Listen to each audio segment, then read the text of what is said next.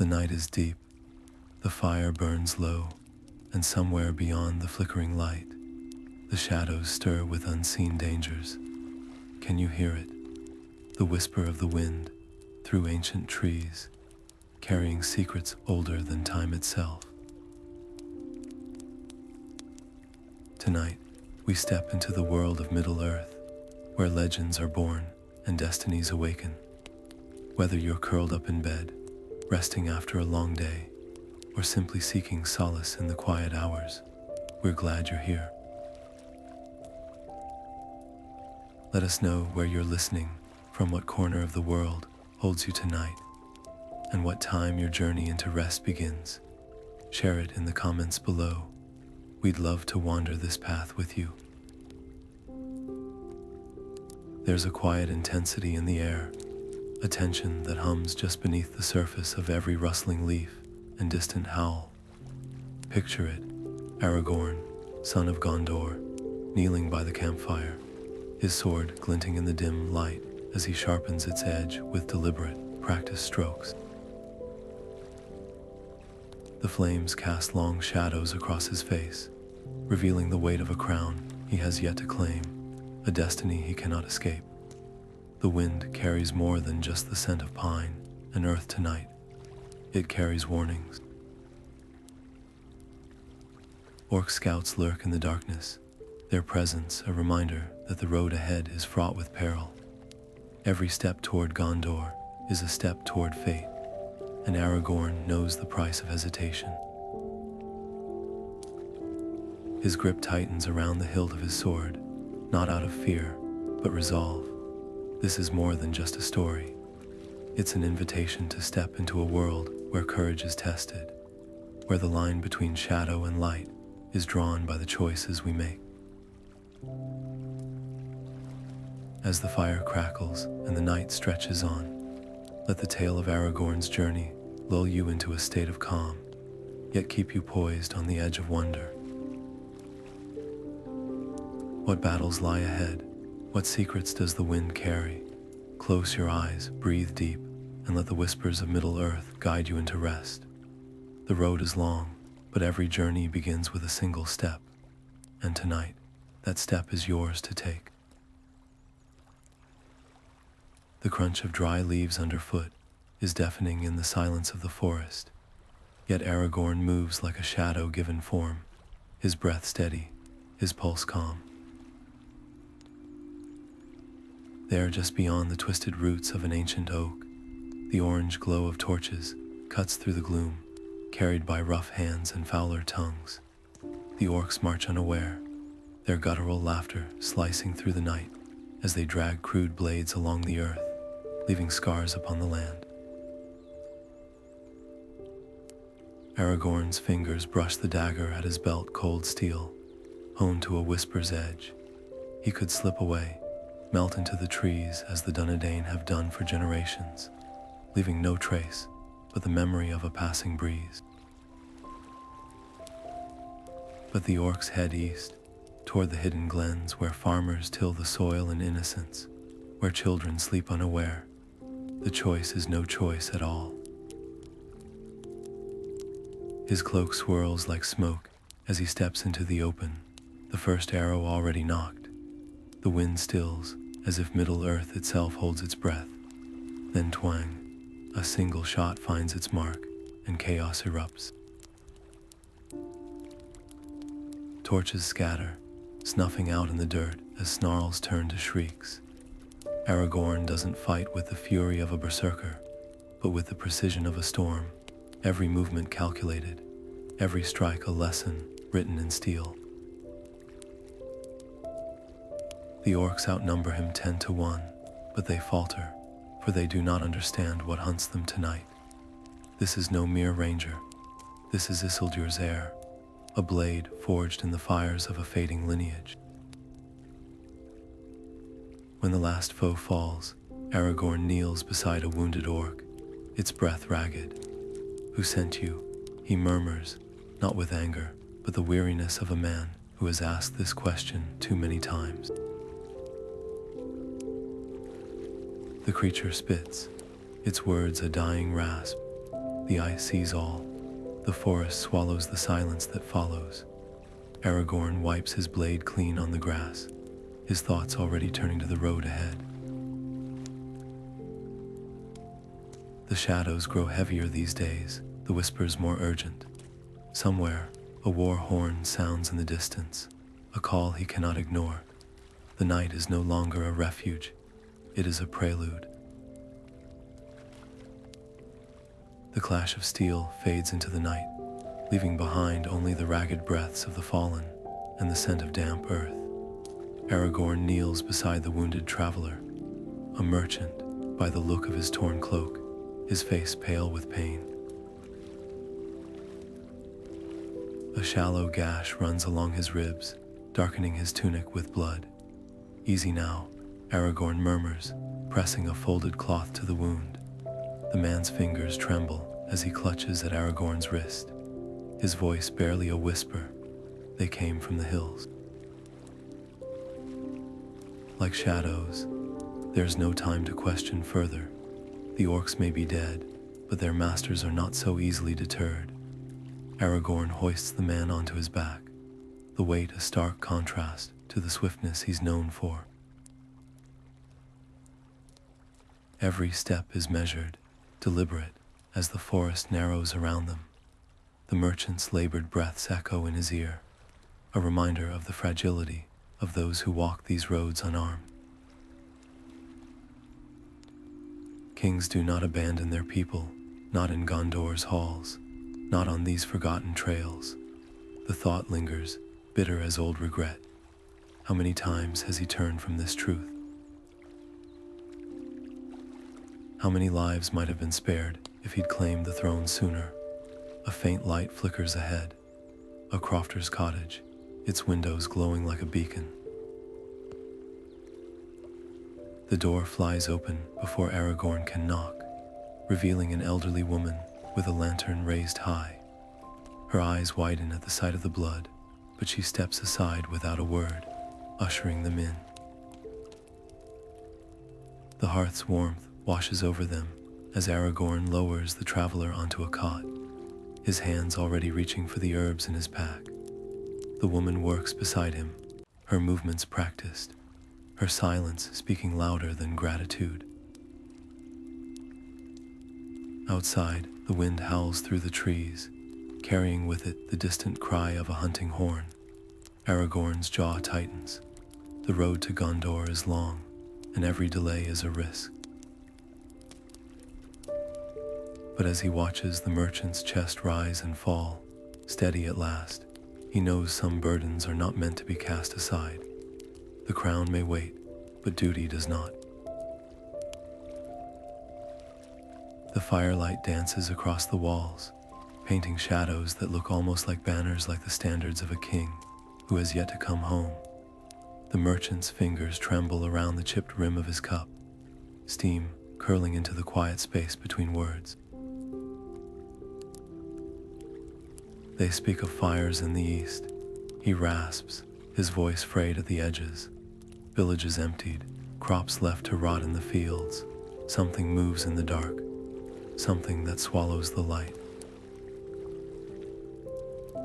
Aragorn's hands still over the bowl of crushed athelas, the herb's sharp scent doing little to cut through the heaviness, settling in the room. Gondor. The name rises in his mind like a tide, pulling at the roots of every thought. Minas Tirith's white towers, crumbling at the edges. Boromir's voice, proud and desperate, echoing across the halls of Rivendell. The weight of his bloodline has always been there, a cloak too large to fill, woven with threads of glory and failure alike. Outside, the wind moans through the thatched roof, carrying with it the taste of distant rain. The old woman stokes the fire, her face lined with the kind of knowing that comes from years of watching the world change. She says nothing, but her silence is an old song, one Aragorn has heard in every corner of Middle-earth. The people are afraid. They have always been afraid, and kings, true kings, Do not let fear go unanswered. The merchant's breath hitches as Aragorn presses the poultice to his wound. You've the look of the north about you, the man murmurs, eyes glazed with pain and something like recognition. But your eyes, they're older. Aragorn doesn't reply. There's no need. The road has carved its truth into him over decades. A crown is not a thing to be claimed, but a burden to be borne. And yet a log cracks in the hearth, sending up a shower of sparks. The sound is sharp, sudden, like the horn call of Gondor he's heard in dreams.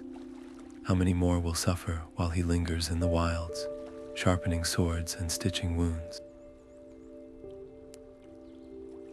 The merchant's rumors are not just whispers, they are the first drops of a coming storm. The enemy stretches his shadow further each day, and the world grows smaller, darker. Aragorn's fingers brush the hilt of his sword, worn smooth by years of use. The steel is cold. The choice at last is warm. The old woman meets his gaze across the firelight, her nod barely perceptible. No words pass between them, but the understanding is there, as deep and sure as the foundations of the earth. Some paths are not walked alone. Some debts are not paid in silence. Aragorn rises, his shadow long against the wall, not the ghost of a ranger, but the shape of something stirring, something waking. The wind carries the scent of rain, of turned soil, of a storm still gathering its strength. And beneath it all, faint but unyielding, the distant call of home. The first light of dawn paints the treetops silver when the rustle of leaves betrays more than the wind. Aragorn freezes, his hand drifting to his sword, until a voice like clear water cuts through the stillness. You wander far from the roads of men, Estel. The name, spoken in the tongue of his youth, loosens the tension in his shoulders. From the shadows between the birches steps Legolas, his bow slung easy over one shoulder, his gaze sharp as the arrows in his quiver. Behind him, a dozen elves materialize like mist-given form, their cloaks the gray-green of deep forest. They carry no torches, make no sound, yet the air thrums with their presence. Legolas tilts his head, studying Aragorn with the quiet intensity of one who has watched centuries pass. The trees whisper of your battles, he says. But darker tidings ride the wind, dull Guldur stirs. The name hangs between them, thick as smoke. Aragorn's jaw tightens, that cursed fortress where shadows learn to walk. Where his own ancestor fell, the elf steps closer, his voice dropping. Sauron's lieutenants gather their forces. They mean to strike the woodland realms before the first snows. Aragorn exhales slowly, his breath curling white in the chill air. The choice before him is no choice at all, not truly. He could turn south, follow his original path to Gondor's ragged borders. But the memory of the wounded merchant, the crofter's cottage, the orc's dying rasp, they coil around his ribs like chains. How many more will burn if the enemy's reach grows? Legolas reads the hesitation in his silence. You are not alone in this fight, he murmurs. The elves behind him shift, their eyes reflecting the gathering light, not with pity, but recognition. They know the weight he carries. They've carried it too, for lifetimes. The wind rises, carrying the scent of damp earth and distant frost. Somewhere high above, an eagle cries. Aragorn meets Legolas' gaze and nods once, sharp as a blade being drawn. No oaths are sworn, no grand speeches made. The understanding is written in the set of their shoulders, the readiness in their stance. Together, they melt into the trees, their footsteps leaving no mark on the moss. The road to Dol Guldur is long, but the shadows have waited long enough. The moonlight spills like liquid silver through the branches overhead, painting the forest floor in patterns of shadow and light. Aragorn stares at his hands, calloused, scarred, steady in battle, but trembling now with the weight of unspoken doubt. I have walked these lands for decades, he murmurs, his voice low enough that only Legolas might hear. Fought their battles, healed their wounds, but to sit upon that throne, the words catch in his throat, rough as unpolished stone. He turns his palm upward, as if testing the weight of a crown he's never worn. Isildur's blood runs in my veins, Legolas, his weakness too. The elf doesn't answer at first. The night hums with the song of crickets, the distant rush of a stream. When he finally speaks, his voice is softer than the rustle of leaves. You are not your ancestor. A simple truth, yet it lands like an arrow finding its mark. Aragorn's breath escapes in a slow stream, misting in the cool air. Legolas steps closer, his gaze piercing the darkness. I have seen you kneel in the mud to mend a stranger's wound. I have watched you face a dozen orcs with nothing but a dagger and that stubborn hope of men. Isildur faltered at the end of all things. You rise at the beginning. Aragorn's fingers curl into a fist, the tremor still there but fainter now. And if Gondor does not see the difference, the question hangs between them, heavy as a sword unsheathed. Somewhere in the distance, an owl cries, a lonely sound, full of longing. Legolas smiles then, just a flicker at the edge of his lips. Since when have you cared for the approval of fools? The jest is gentle, but the meaning beneath it is steel.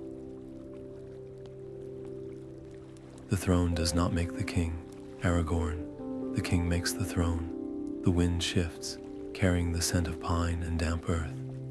Aragorn lifts his face to the sky, where the stars blaze cold and bright. They've watched over Middle-earth for ages uncounted, bearing silent witness to the rise and fall of empires. His chest tightens with the immensity of it all, the legacy, the duty, the fear that he might shatter beneath it. But then Legolas places a hand on his shoulder, light as a falling leaf, yet solid as ancient stone. You will not walk this road alone, and for the first time in years, the ghosts at Aragorn's back feel a little quieter, the path ahead a little clearer. The moon drifts behind a wisp of cloud, but the darkness that follows is not the crushing weight of doubt. It is the hush before dawn, the space between breaths, the moment before a step is taken. Somewhere beyond the trees, the world waits, and Aragorn, at last, is ready to meet it. The ground gives way without warning, a thunderous groan of shifting stone, a cascade of rubble that splits the earth like a dagger's slash. One moment, Aragorn is matching Legolas' swift stride through the narrow pass. The next, the world tilts, and he's sliding, grasping for purchase as the mountainside collapses beneath him. Dust fills his lungs, sharp as a blade, and when the roar finally stills, he's alone in the belly of a ravine, the jagged walls towering above him like the teeth of some long-dead beast. High overhead, the muffled shouts of the elves are swallowed by the wind. They'll search for him, of course, but time is a luxury Middle-earth can ill afford. The ravine is a wound in the earth, damp and reeking of moss and old iron. Aragorn's fingers brush the rough stone as he rights himself, his palms scraped raw. The air here is thick, heavy with the weight of buried things. He knows these mountains has traced their paths on maps yellowed with age, but no parchment could capture the way the shadows cling here, how the very rock seems to hum with memory. Somewhere beneath his boots, perhaps, lie the bones of those who'd fought these slopes before him, Dunedain scouts, dwarven miners, elves who'd sung these stones into being. The past is never truly past in Middle-earth. It lingers in the creak of branches, the sigh of the wind, the way the light slants just so at dusk. A flicker of movement catches his eye, a scrap of cloth snagged on a thorn bush, frayed at the edges but unmistakably elven in weave. Legolas' company had passed this way, then, though the trail is cold, Aragorn presses onward, his boots finding purchase on the slick rock. The ravine narrows, the walls pressing in until he's forced to turn sideways, his cloak catching on the stone. And then, a sound, not the scuttle of some cave-dwelling creature, not the drip of distant water, a voice, faint, fractured, as if carried through layers of time. The blood of Númenor is thin in these latter days.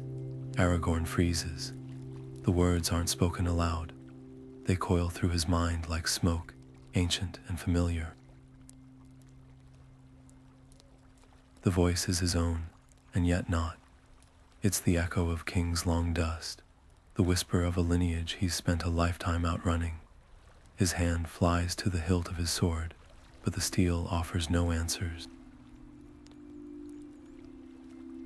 The ravine isn't just a prison of stone, it's a mirror, reflecting back every doubt he's ever buried.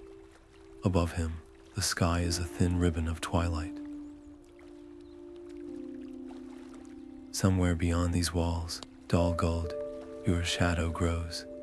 The elves will regroup, press onward without him, but as the phantom voice murmurs again, will you let them die for your hesitation? Aragorn understands the truth.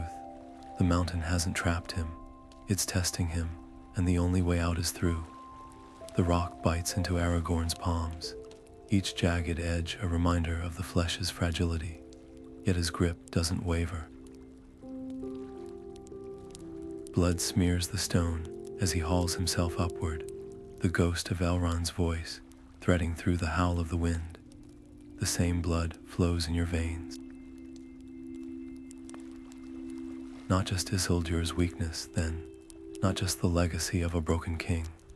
The strength of Númenor lingers too, its echoes in the sinew of his arms, the iron of his will. The cliffside offers no mercy, no handholds, but those he carves for himself with nails and desperation. Below him, the ravine yawns wide, hungry as a tomb. Above, the sky bleeds from violet to black, the first stars pricking through like distant watchfires. A loose stone gives way beneath his boot, clattering into the void. Aragorn presses his forehead against the cold rock, his breath ragged. For a heartbeat, the doubt creeps back. What if the blood is thin? What if the throne is too heavy, the shadows too deep?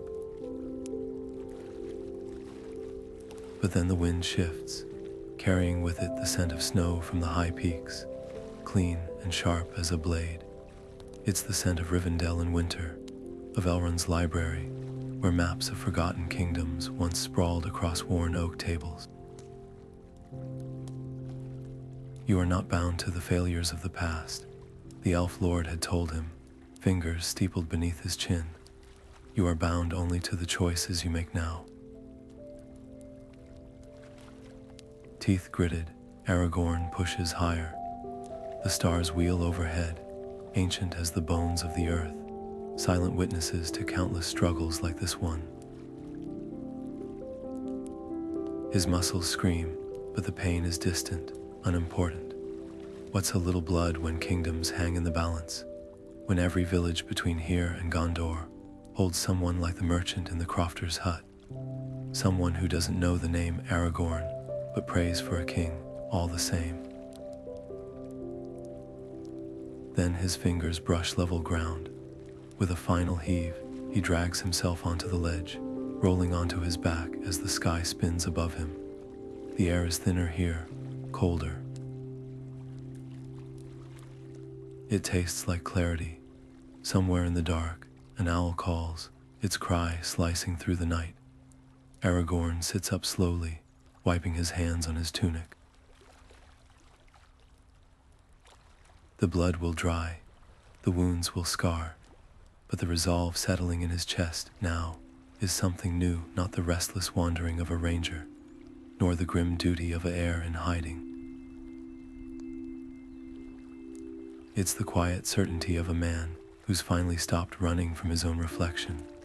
Far below, a torch flickers to life in the blackness, then another, Legolas and the elves, still searching. Aragorn rises, his shadow stretching long across the stone. He doesn't call out, not yet. First, he turns his face to the east, where the first pale hints of dawn press against the horizon. Minas Tirith lies that way, her white walls waiting, but so does Dol Guldur, so does the war. The wind lifts his hair, carrying with it the faintest whisper, though whether it's the voice of the mountain or his own heart, he can't say. The blood of kings is not a gift.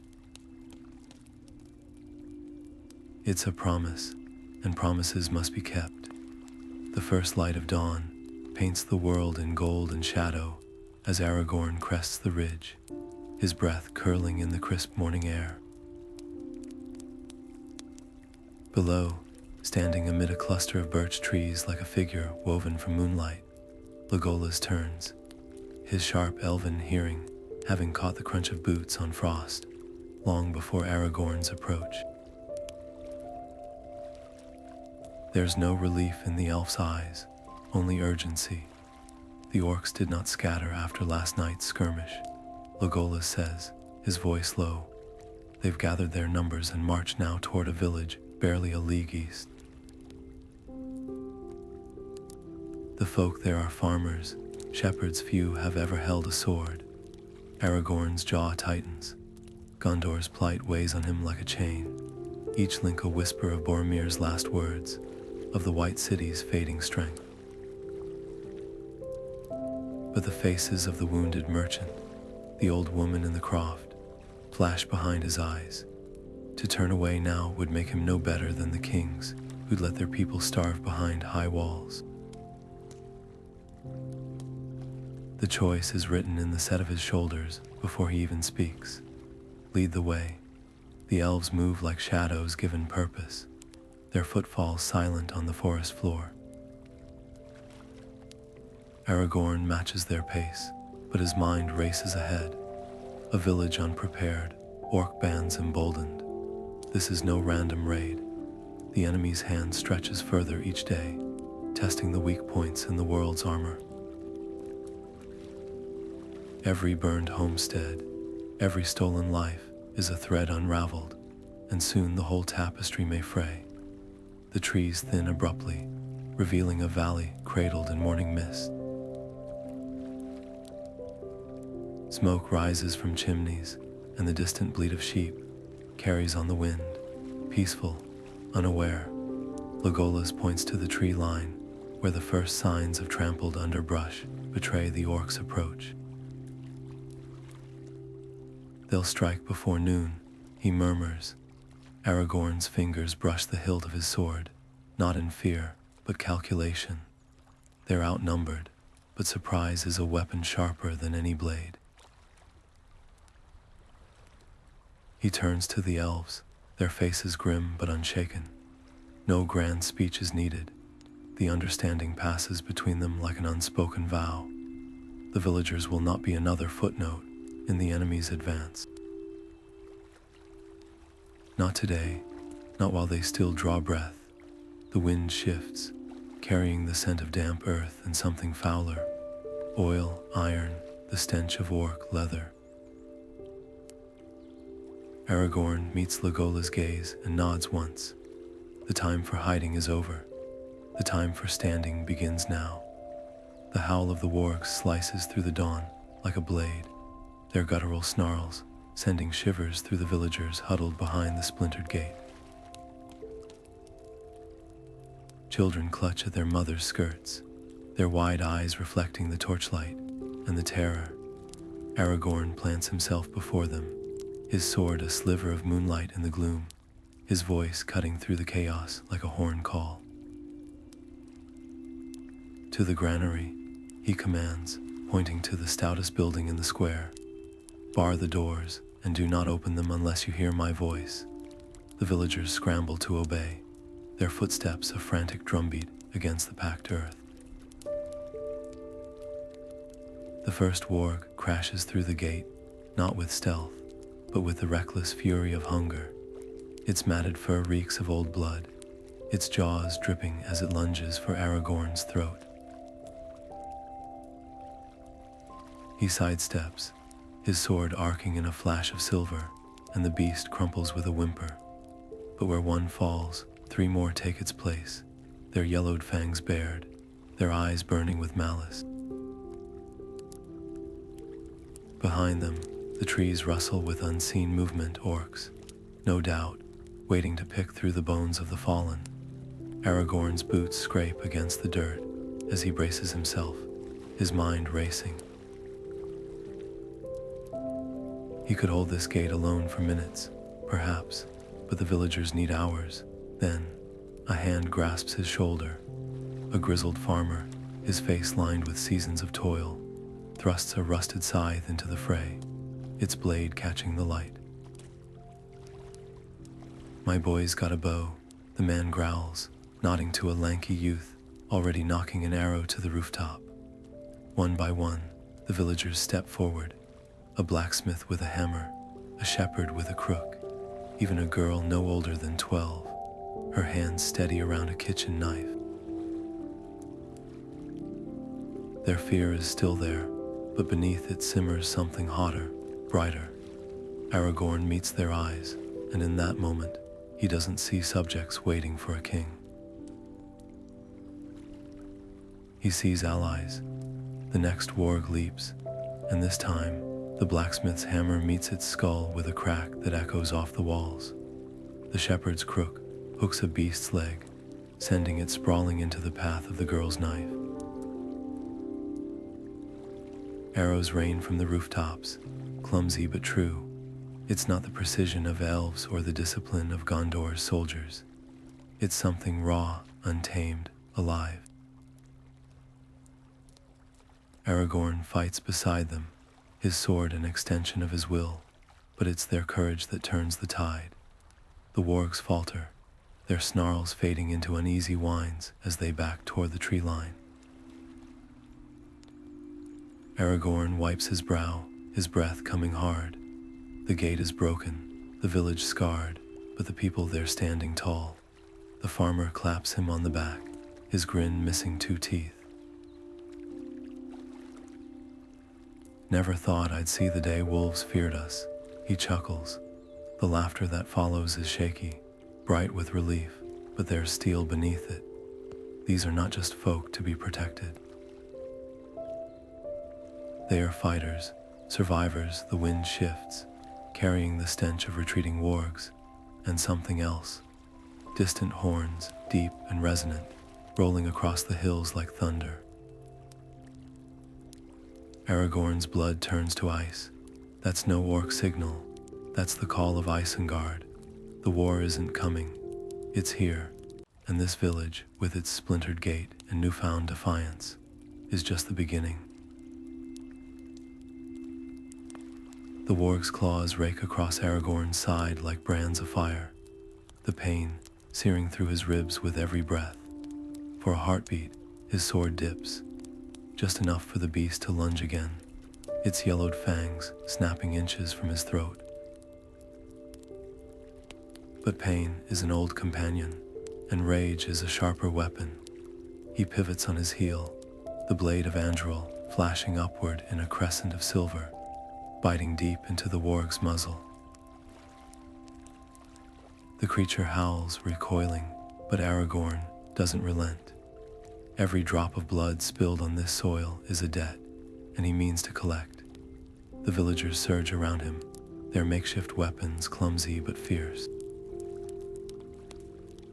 A scythe swings wide, a pitchfork jabs, not with the precision of soldiers, but with the raw desperation of those defending home.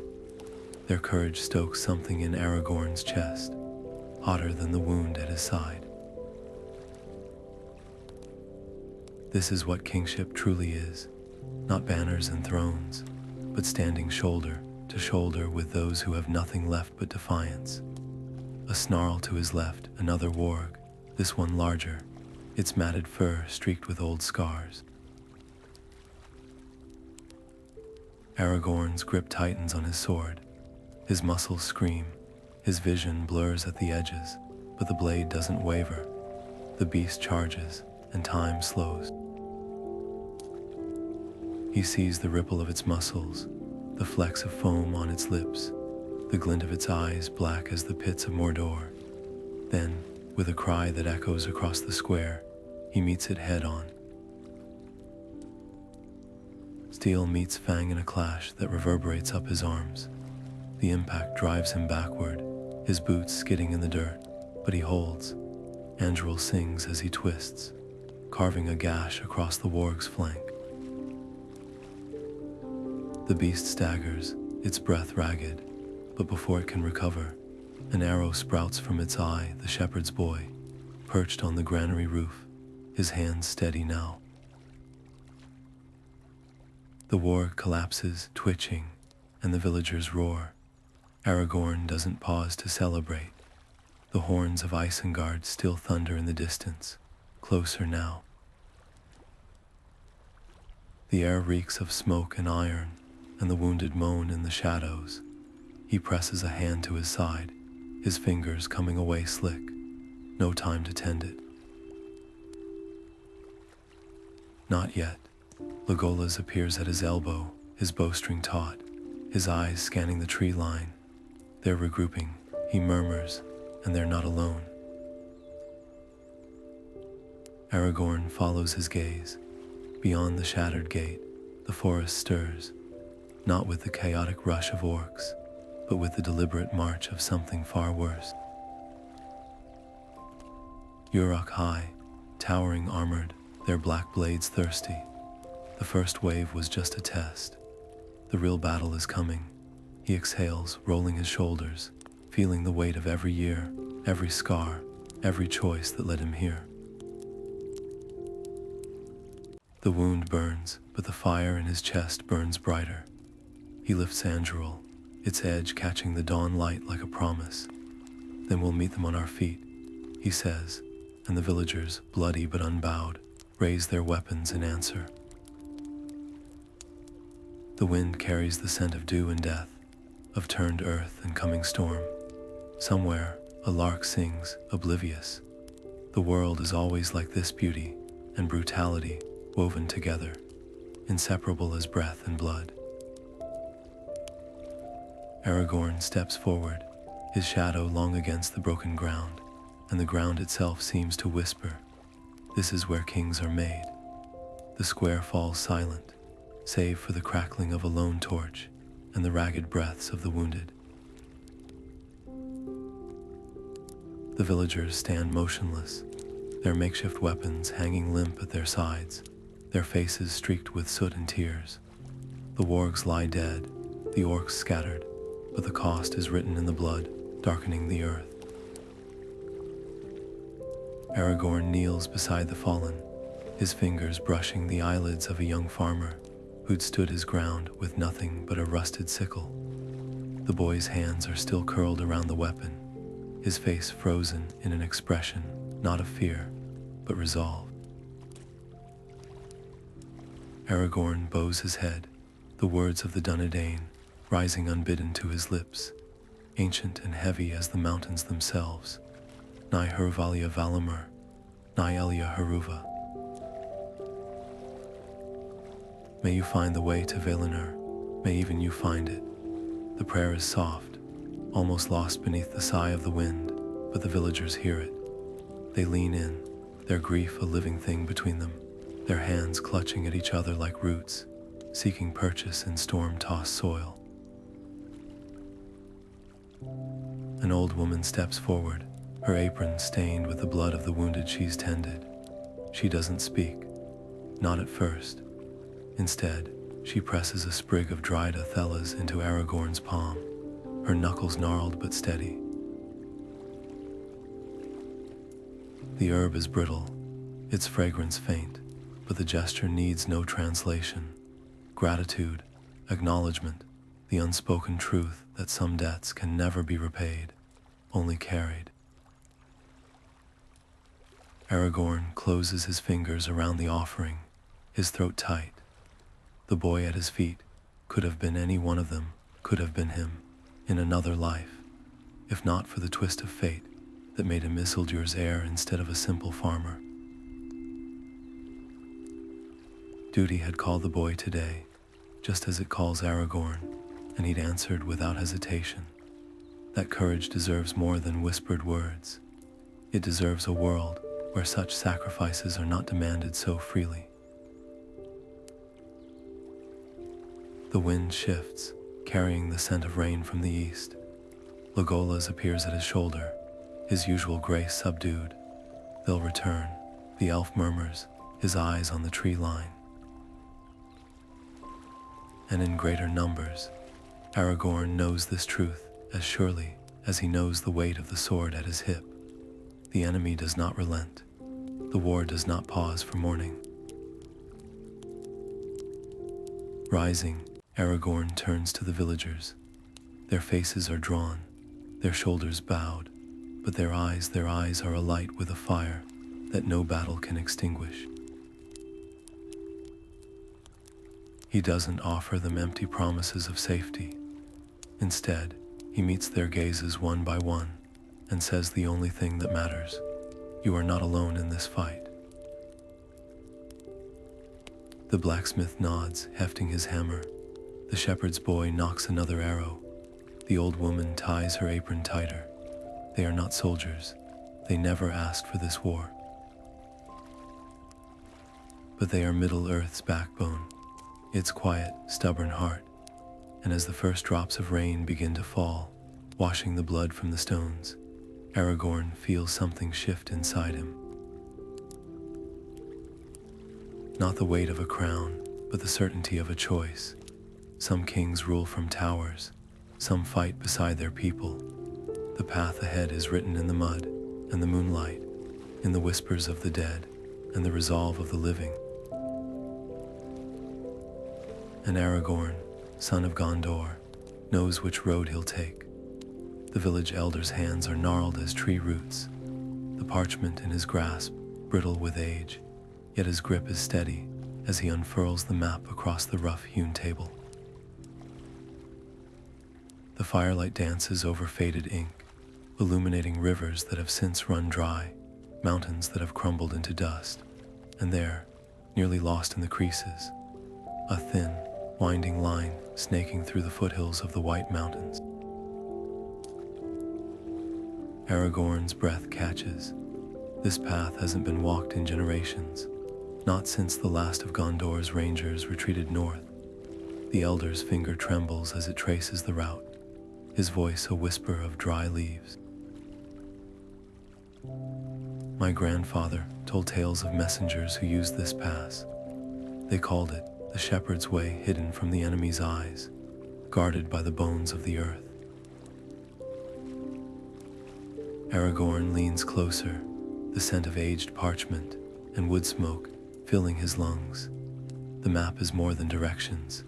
It's a relic of a time when Gondor's light burned brighter, when her borders stretched wide and unbroken. His fingertips hover over the parchment, as if touching it might summon the ghosts of those who'd once walked this road. The path is perilous, narrow ledges, avalanches lying in wait, but it bypasses the orc-ridden plains, cutting weeks from the journey. Fate, it seems, has laid a thread in his hands. The villagers gather around the table, their faces etched with quiet understanding. They know what this means. The blacksmith nods toward the forge where a fresh blade cools, its edge honed for the road. The shepherd's widow presses a bundle of dried herbs into Aragorn's Path Is Perilous for wounds unseen.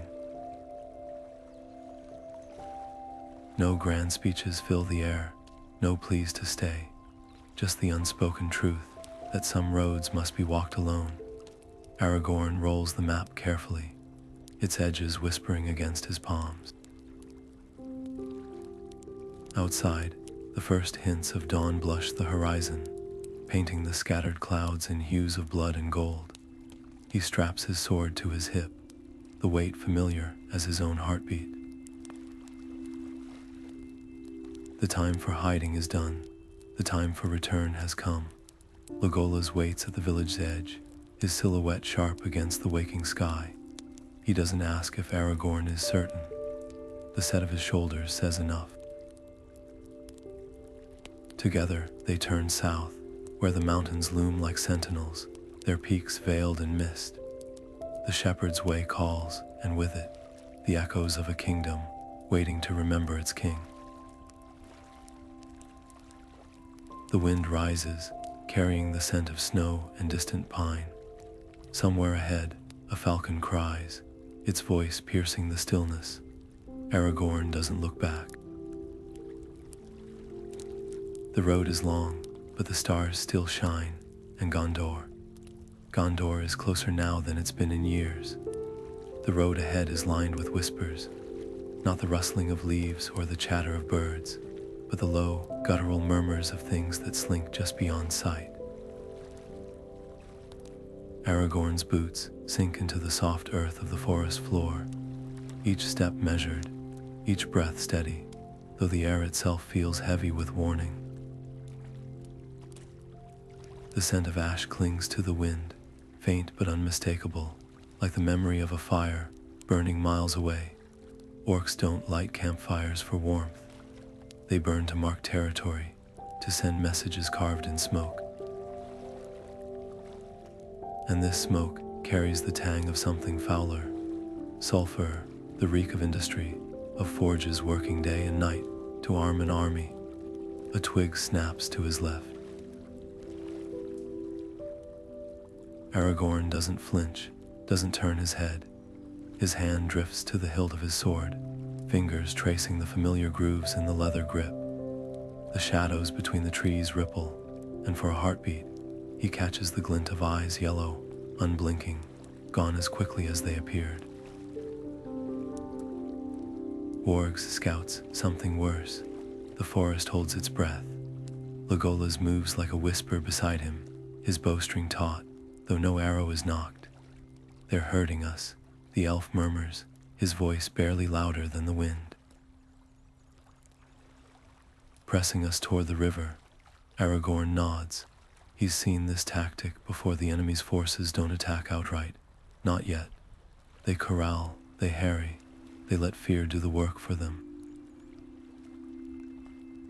But the river is no sanctuary. Its currents run swift and cold, and the bridges were shattered long ago. A trap, then, or a test. The wind shifts, carrying with it the distant sound of iron striking iron, the rhythmic clang of hammers on anvils. Isengard, the name coils in Aragorn's chest like a serpent. Saruman's fist is closing around these lands, his Uruk high spilling from the pits of his forge, their numbers swelling with each passing day. And yet, there's something else in the air tonight. Not just ash, not just the musk of wargs, something older, the scent of damp stone, of moss grown thick over forgotten carvings. Aragorn kneels, pressing his palm to the earth. The soil is loose here, disturbed. Beneath the layer of fallen leaves, his fingers brush something smooth and cold. A shard of obsidian, its edges sharp as a knife. No natural stone this. It's worked, shaped by hands that knew more than mortal craft. Dwarven, perhaps, or something far older. The shard hums against his skin, a vibration so faint he might have imagined it. But the look Legolas gives him says otherwise. The elf's eyes are wide, his usual composure fractured. "This is not their land," he whispers. "They've awakened something." The trees groan, their branches twisting as if in pain. Somewhere deep in the earth, something stirs. The road ahead is no longer just a path to Gondor. It's a thread woven through a tapestry of older wars, older grudges. And the enemy isn't the only one watching. Aragorn pockets the shard, its weight sudden and significant in his cloak. The wind howls now, no longer content with whispers. It screams through the branches like a warning, like a dirge. The choice is clear. Press forward into the teeth of the storm, or turn back and abandon the road home. But Aragorn has spent his life turning away. Tonight, he meets the wind's challenge with a slow, deliberate step forward. Let the shadows watch. Let the earth tremble. The air of Elendil does not flee. The cry pierces the stillness like a blade, thin, desperate, human. Aragorn's head snaps toward the sound, his body tensing before his mind can weigh the choice. To the south, the road to Minas Tirith stretches empty, its pale dust shimmering under the midday sun. A straight path, a clear path, the kind of path a king in waiting should take without hesitation. But the hills to the west roll like broken waves, their folds hiding the source of that ragged plea.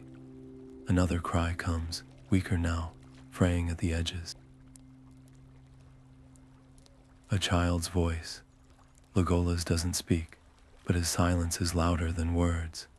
The elf stands statue still, his gaze flickering between the south road and the tangled slopes, where the cries fade into the wind. His bow is already in his hand, though no enemy is in sight. Some choices aren't made with reason, some are written in the marrow. Aragorn's fingers tighten around the hilt of his sword. Gondor's need is vast, its cities buckling under shadow, its people waiting for a leader who may never come. But this voice, this one small voice, is here. Now the wind carries the scent of crushed time and something metallic, something raw, blood. His boots pivot before he's made the decision, grinding pebbles into the dirt as he turns west. The hillside is treacherous, its grass slick with morning dew, its hidden stones eager to twist an ankle. Aragorn climbs with the grim focus of a man who knows every second counts. The cries have stopped. That's never a good sign. Behind him, Legolas moves like water over rock, soundless, effortless, his elven eyes scanning the terrain for threats unseen.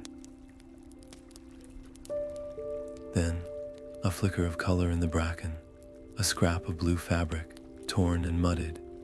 Aragorn drops to a knee, his hand brushing the crushed grass where small footprints stagger and falter. A child, yes, but not alone. Larger prints flank them, heavy-booted, deliberate. Orcs, or worse. His blood turns to ice. This isn't just a rescue, it's a hunt.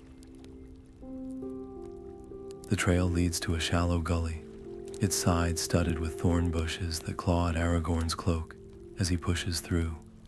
The stench hits him first. Orc filth, yes, but beneath it, the sour tang of fear. Then he sees them, a boy, no older than 8, curled like a wounded hare against the roots of an oak, his face streaked with dirt and tears. Towering over him, a gaunt figure in tattered robes, its elongated fingers twitching as it hisses words in a tongue that slithers like oil over stone. A black Númenórean, one of Sauron's mortal servants, their minds poisoned by promises of power. The creature hasn't noticed them yet. Aragorn doesn't give it the chance.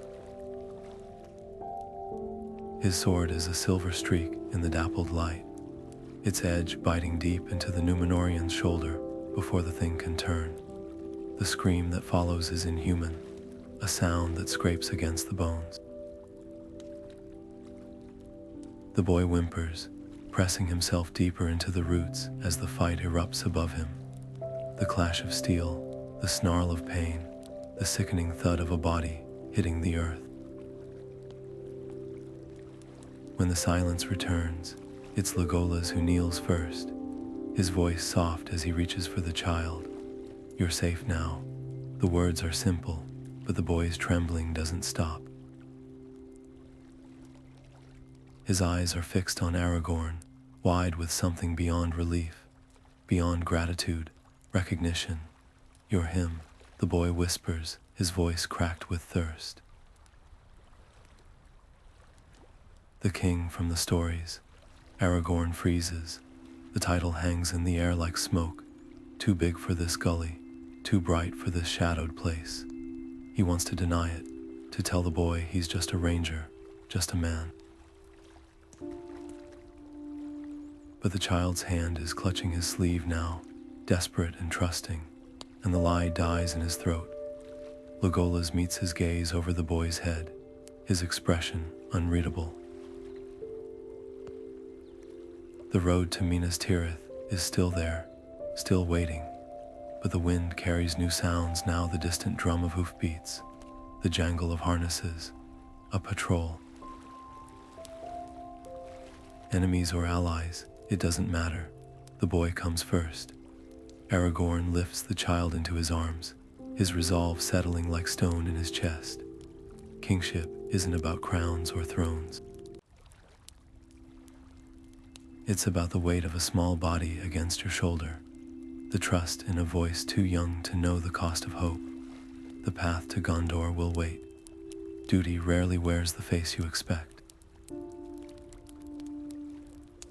The rider's breath comes in ragged gasps, each one shallower than the last, his fingers clutching the broken shaft of an arrow buried deep in his side. The scent of sweat and blood clings to him, mingling with the leather of his tattered saddle. Aragorn kneels in the mud beside him, the rain turning the earth to slick darkness, his hands already moving to stem the bleeding.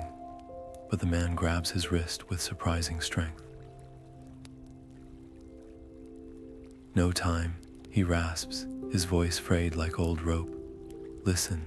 His free hand fumbles at his belt, tugging loose a horn. Not the great curved war horn of Rohan's marshals, but a smaller, plainer thing, its mouthpiece worn smooth by generations of lips. "The beacons," he whispers, pressing it into Aragorn's palm. "They're calling," but the answer, a cough, racks his body, and when he speaks again, his words are wet with blood. The answer isn't coming. The horn is heavier than it looks, its weight more than brass and age. It's the weight of a kingdom, teetering on the edge of trust, given blindly to a stranger in the night. Aragorn turns it over in his hands, tracing the faint etchings along its side, running horses, a sunburst, the mark of the House of Éowyn. This isn't just a horn. It's a plea. The rider's grip slackens, his eyes wide with pain, fix on Aragorn's face, not in fear, but in something sharper. Recognition, hope. "You're him," he breathes. The one they whisper about in the halls of Edoras, the king who walked away. The words hang between them, thick as the rain. Then, with a final shudder, the man goes still. Aragorn closes the rider's eyes with careful fingers, his thoughts churning. The beacons are lit. Rohan calls for aid, but Gondor's armies are stretched thin, her towers manned by boys and graybeards. Theoden, king of Rohan, rides to war even now, or so the rumors say, but whispers also speak of shadows in his halls, of a mind clouded by poisoned words. This horn, this dying plea, isn't just a summons, it's a test. The wind howls through the trees, carrying with it the distant, mournful cry of another horn, not from the east, where Rohan's plains stretch golden under storm-lit skies, but from the north. A deeper note, older, the horn of the mark, perhaps blown at the fords of Isen, or something else, something stirring in the ruins of Arnor. Aragorn tucks the rider's horn into his belt, his jaw set. The road splits here, east to Rohan, south to Gondor, north to secrets long buried. Somewhere in the dark, a wolf howls. The rain drums harder, washing the blood from the rider's tunic, pooling in the hollows of his closed eyes. Aragorn stands, water streaming from his cloak. Choices like this aren't made with maps or logic. They're made in the gut, in the space between heartbeats. He lifts the horn to his lips, not to blow it, not yet, but to feel the shape of its promise. Alliances aren't forged in grand halls. They're forged in mud and blood, in the quiet moments before dawn. The first step is always the heaviest. Aragorn takes it. The white city rises at last in the distance, its banners torn by wind. Not the proud, snapping standards of Gondor's golden age, but tattered remnants, clinging stubbornly to their poles, like hands refusing to release the last shreds of hope. The morning sun paints the towers in hues of pale fire, their white stone stained by years of smoke and siege, yet still they stand, still they endure. Aragorn's boots halt at the crest of the hill, the grass beneath them whispering against his worn leather greaves. Minas Tirith. The name alone is a weight in his chest, heavier than any blade or crown. For decades, he's walked these lands as Strider, as Estel, as a shadow slipping through the cracks of history. Now the wind carries the scent of home, stone warmed by the sun, the salt of the Anduin mingling with wood smoke from the lower circles, the faint metallic tang of a city preparing for war. His fingers flex at his sides, calloused and scarred, the hands of a ranger, not a king, and yet the blood in his veins hums, a song older than the city itself. The blood of Elendil, the blood of Numenor. A gust tears at his cloak, snapping it like a banner behind him. Far below, the gates of the city yawn open, a dark maw swallowing the stream of refugees and soldiers alike. Theoden's riders arrived hours ago, their hoof beats still echoing through the streets. The beacons burned, the call was answered, but what waits for Aragorn inside those walls is more than battle. It's judgment. It's the gaze of a people who have spent generations waiting for a king who never came. Legolas stands silent at his shoulder, his elven eyes missing nothing. They will not know you, he murmurs, not unkindly, not at first. Aragorn exhales slow and steady. He knows the truth of it. The man who left these shores decades ago was a boy, really, his face unlined, his heart untested. The man who returns now is carved by wind and war, his bearing that of a leader, but his face is a stranger's. A raven circles overhead, its cry sharp as a blade on stone. Somewhere in the city, a horn sounds not the clear call of welcome, but the deep, mournful note of the Citadel's watch. They've seen him. Of course they have. The guards of Minas Tirith may be weary, but they are not blind. Aragorn squares his shoulders, the hilt of Anduril cool against his palm. The time for hiding is done. The time for reckoning has come. The first step toward the city is the hardest, not because of the weight of his pack, or the ache of old wounds, but because it feels like stepping into a story he's spent his life running from.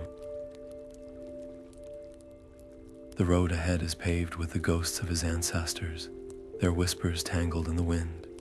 But beneath the dread, beneath the doubt, there's something else, a spark, small but unyielding. The same spark that carried him through Moria's darkness, across Rohan's plains, into the very heart of the Black Land, the spark that refuses to die. Minas Tirith's shadow stretches toward him, long and reaching, as if the city itself is pulling him home. The wind shifts, carrying with it the distant clamor of swords being sharpened, of mothers hushing children, of stone masons repairing cracks in the walls. A city on the edge of ruin, a people clinging to the last light, and Aragorn, son of Arathorn, walks toward them not as a savior, not as a king, but as a man who has finally stopped pretending he can turn away. The stars are cold witnesses tonight, their light sharp as the edge of a blade against the velvet black. Aragorn stands at the precipice of dawn, his breath steady, his hands loose at his sides, not in surrender, but in quiet defiance of the storm to come. The wind carries the scent of damp earth and distant fires, of a world holding its breath. Tomorrow, the White City will stir from its uneasy slumber, its people blinking into a day that could shatter or save them all. And he will no longer be a shadow slipping through its gates, but a claim laid bare before the throne of his ancestors. The thought should terrify him. Perhaps in some buried corner of his heart, it does, but the weight feels different now, not lighter, but right, like a sword finally settling into a well-worn scabbard after years of disuse. Somewhere below, a sentry's torch bobs along the ramparts, a flickering echo of the stars above. The man walks with the slow gait of someone who spent too many nights waiting for an attack that never comes, or one that's always just beyond the horizon. Aragorn knows that weariness. He's worn it himself, in 100 forgotten campsites, on 1,000 lonely roads, but tonight, the fatigue is tempered by something brighter, hotter.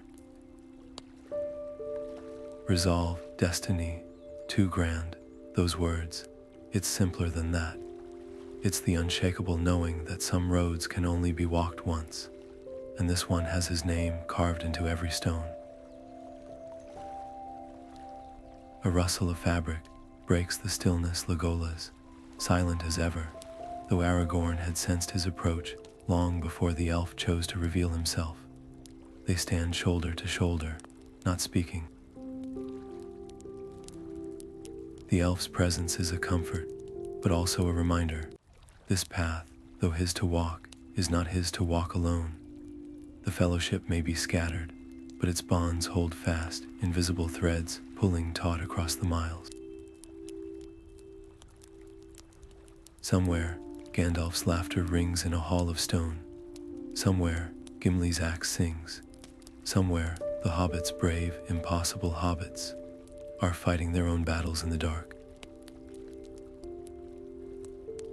The horizon begins to blush, the first fingers of dawn staining the sky the color of fresh blood. Aragorn flexes his hands, the scars on his knuckles pale in the growing light.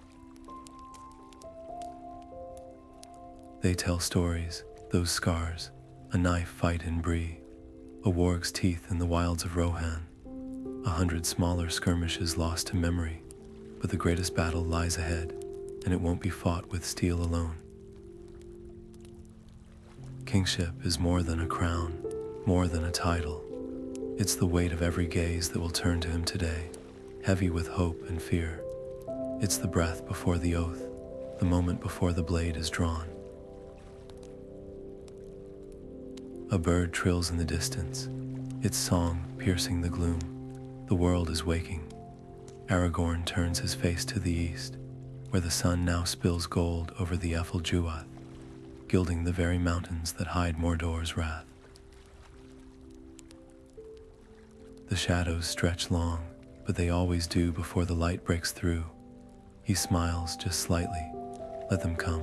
Let the dawn bring what it may. The age of men has waited long enough.